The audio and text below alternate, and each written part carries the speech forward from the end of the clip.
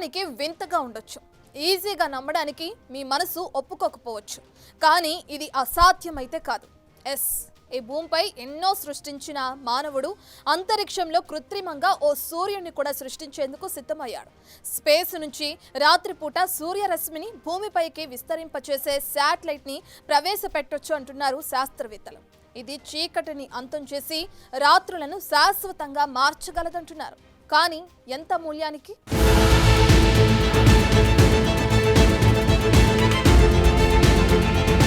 ఆకాశంలో మరో అద్భుతం, చీకటిని మాయం చేసే శాటిలైట్. రాత్రులని కూడా పగలుగా మార్చే టెక్నాలజీ అది. రాత్రిపూట కూడా మీ ఇంటి పైకప్పుపై సూర్యకాంతితో నిండిపోయి ఉంటుంది. రోజుకు 12 గంటలు మాత్రమే పనిచేసే సోలార్ ప్యానెల్స్ 24 గంటలు పనిచేయగలవు. నగరాల్లో చీకటి అనేది ఉండకపోవచ్చు. ఇదంతా వింటుంటే కొత్తగా అనిపిస్తుండొచ్చు, కానీ కేవలం కొన్ని శాటిలైట్లతో రాత్రిపూట వెలుగుని పంచి ఓ ఆర్టిఫిషియల్ సూర్యుడినే సృష్టించొచ్చని చెప్తున్నారు శాస్త్రవేత్తలు. అంతరిక్షం నుంచి వచ్చే కృత్రిమ సూర్యకాంతి రాత్రిని పగలుగా మార్చేస్తుంది. అమెరికన్ స్టార్టప్ రిఫ్లాక్ట్ ఆర్బిటల్ అంతరిక్షం నుంచి రాత్రిపూట కూడా వెలుగుని ప్రసరింపజేసే శాటిలైట్ ఆధారిత వ్యవస్థని అభివృద్ధి చేయాలనే ప్రణాళికను ప్రకటించింది. సన్లైట్ ఆన్ డిమాండ్ గా పిలిచే ఈ వ్యవస్థలు అద్దాలను వాడి సూర్యకాంతిని భూమి మీదకు ప్రసరింపజేయొచ్చని చెప్తున్నారు. ఇది విప్లవాత్మక మార్పులు తీసుకొస్తుందని ఆ సంస్థ తెలిపింది. దీనిని టెస్ట్ చేసేందుకు వచ్చే ఏడాది మొదట్లో 18 మీటర్ల వెడల్పున్న ఓ శాటిలైట్ ని స్పేస్ లోకి పంపేందుకు ప్రణాళికలు సిద్ధం చేసింది. 2030 నాటికి భూమిపై నిర్దేశమైన ప్రదేశాలకు సూర్యకాంతిని ప్రతిబింబించేలా రూపొందించిన 54 మీటర్ల వెడల్పు గల అద్దాన్ని అమర్చిన 4000 శాటిలైట్ల నెట్వర్క్ ని అంతరిక్షంలో మోహరించాలి అని కంపెనీ భావిస్తోంది.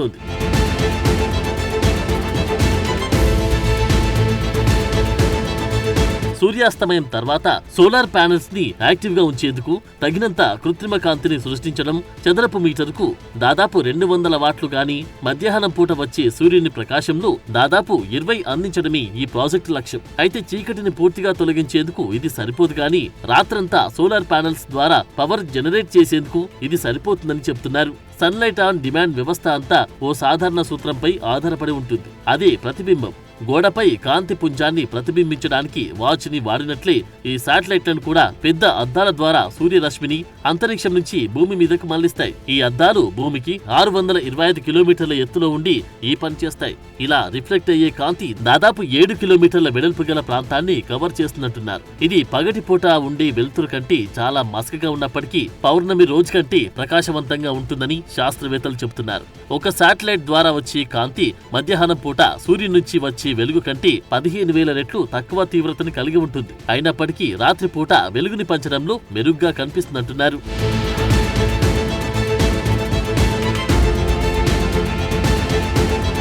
రిఫ్లెక్ట్ ఆర్బిటల్ వ్యవస్థాపకుడు బెన్ నోవాక్ గతేడాది హాట్ ఎయిర్ బెలూన్ నుంచి వేలాడదీసిన 2.5 మీటర్ల అద్దం ఉపయోగించి టెస్ట్ చేశాడు.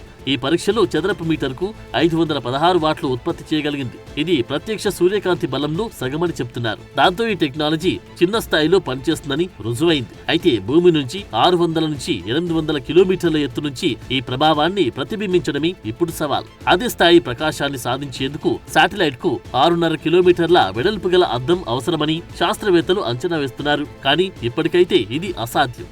రిఫ్లెక్ట్ ఆర్బిటల్ ప్రకారం ఒక నిర్దిష్టమైన ప్రాంతంలో కొన్ని నిమిషాల పాటు కృత్రిమ సూర్యకాంతిని ప్రసరింపజేసేందుకు దాదాపు 3000 శాటిలైట్లు అవసరమవుతాయి. ఎందుకంటే భూమి దిగువ కక్షలో ఉన్న ఉపగ్రహం భూమిపై ఒకే బిందువుపై దాదాపు 3.5 నిమిషాలు మాత్రమే ఉంటుంది. ఆ విండోను గంటకు పొడిగించాలంటే ఇంకా 10,000 శాటిలైట్లు అవసరమవుతాయి. బెన్ నోవాక్ కంపెనీ చివరికి 2.5 లక్షల శాటిలైట్లను స్పేస్ లో మోహరించొచ్చని సూచించారు. ఇది ఇప్పటికే ఉన్న అన్ని శాటిలైట్లు అంతరిక్ష శిథిలాల కంటే చాలా ఎక్కువ.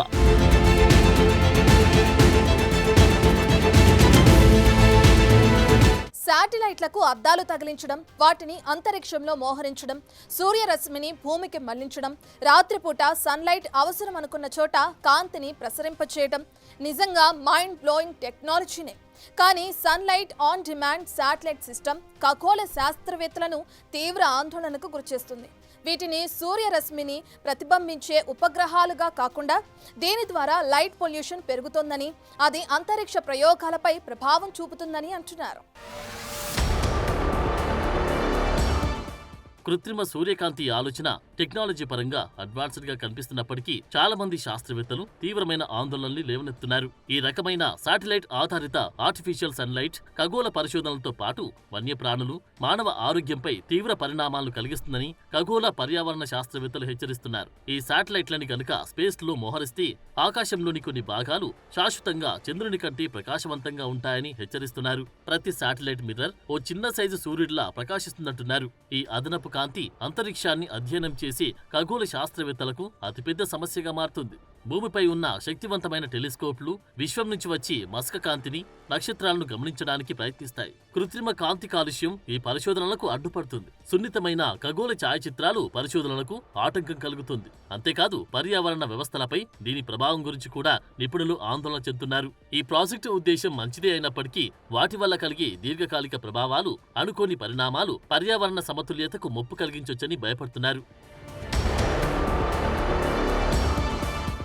ముఖ్యంగా జీవన సంబంధ సమతుల్యతకు భంగం కలుగుతుందని నిపుణులు చెబుతున్నారు. మానవులతో సహా భూమిపై ఉన్న అన్ని జీవుల జీవక్రియలు, ప్రవర్తనలు పగలు రాత్రి చక్రంపై ఆధారపడి ఉంటాయి. రాత్రిపూట నిరంతర కాంతి ప్రసరణ వల్ల వలస పక్షులు, వేటాడే జంతువులతో పాటు కీటకాల జీవన శైలిని పూర్తిగా దెబ్బతీస్తుంది. మొక్కల పెరుగుదల, పునరుత్పత్తి, విశ్రాంతి చక్రంపైన కాంతి కాలుష్యం ప్రతికూల ప్రభావాన్ని చూపుతుంది. రాత్రిపూట కృత్రిమ కాలుష్యం వల్ల మానవుల్లో నిద్రలేమి, మానసిక ఆరోగ్యం, ఇతర ఆరోగ్య సమస్యలు తలెత్తే ప్రమాదముందంటున్నారు. ఈ శాటిలైట్లు భారీ పరిమాణంలో తక్కువ ఎత్తు కక్ష్యంలో ఉంచుతారు. ఇవి పనికి రాకుండా పోయినప్పుడు పెద్ద మొత్తంలో అంతరిక్ష శిథిలాలు సృష్టిస్తాయి. ఇది ఇతర యాక్టివ్ శాటిలైట్లకు, స్పేస్ టూర్లకు ప్రమాదంగా మారుతుంది. శిథిలాల సంఖ్య డేంజర్ లెవెల్కి చేరుకుంటే అది ఒకదానితో మరొకటి ఢీకొని మరిన్ని శిథిలాలు ఏర్పడతాయి. దానివల్ల భవిష్యత్తులో అంతరిక్ష ప్రయాణానికి దారులు మూసుకుపోయే అవకాశం ఉంది. పెద్ద ఎత్తున భూమిపైకి కాంతిని ప్రసారింపజేయడం వల్ల స్థానిక వాతావరణ పరిస్థితుల్లోనూ మార్పులు వచ్చే అవకాశం ఉంటుంది. అలాగే అంతరిక్షంలో ఇలాంటి శక్తివంతమైన టెక్నాలజీని ఏ దేశం నియంత్రించాలనే దానిపై అంతర్జాతీయ చట్టాలు, సరిహద్దు వివాదాలు తలెత్తే అవకాశం ఉంది. అయితే ఈ శాటిలైట్ సన్లైట్ సిస్టంపై పెద్దగా ఆందోళన చెందాల్సిన అవసరం లేదని చెబుతుంది రిఫ్లెక్ట్ ఆర్బిటల్. ఇదెంతో సేఫ్ అని, కంట్రోలబుల్ అని చెబుతుంది. కేవలం సూర్యకాంతి అవసరమైన ప్రాంతాలకు మాత్రమే శాటిలైట్లతో సన్లైట్ ప్రసరింపజేయవచ్చంటున్నారు. అనవసరమైన జోక్యాన్ని నివారించేందుకు ఖగోళ అబ్జర్వేటర్లతో సమన్వయం చేసుకుంటామని కంపెనీ హామీ ఇచ్చింది. కేవలం సున్నితమైన ప్రాంతాల నుంచి కాంతిని మళ్లిస్తామంటున్నారు.